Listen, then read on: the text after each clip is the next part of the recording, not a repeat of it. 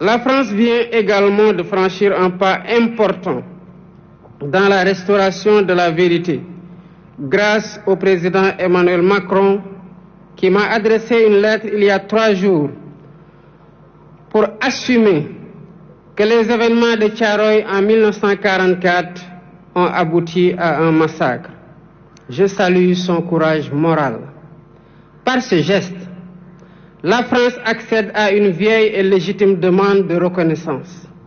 Il s'agit d'une avancée appréciable dans le processus de réhabilitation de l'honneur et de la dignité des tirailleurs victimes, à la suite de la déclaration du président François Hollande au cimetière de Thiaroye le 30 novembre 2014, quand il saluait, je cite, la mémoire d'hommes qui portaient l'uniforme français et sur lesquels la France avait retourné les fusils.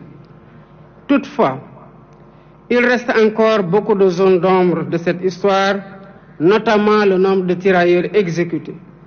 2 rapports contradictoires des autorités coloniales parlent de 35 et 70 morts, pendant que d'autres témoignages évoquent des centaines de morts et de nombreux blessés.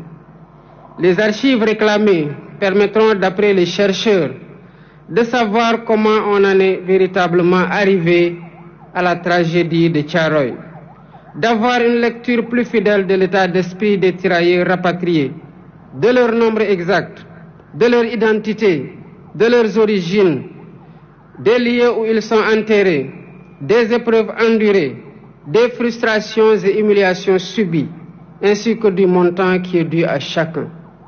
Ce travail est complexe. C'est pourquoi je lance un appel aux acteurs étatiques et non étatiques de tous les pays concernés, y compris la France, aux historiens et chercheurs de tous bords, afin de joindre nos efforts pour porter un regard lucide sur cet épisode sombre de notre histoire commune. Excellences, Mesdames et Messieurs, identifier les victimes et situer les responsabilités est essentiel pour ouvrir la voie à une réconciliation sincère. C'est l'occasion pour moi de rendre un vibrant hommage à tous les Africains et non-Africains qui se sont toujours battus pour que l'histoire des tirailleurs et du massacre de Thiaroye soit préservée de l'oubli et de la falsification.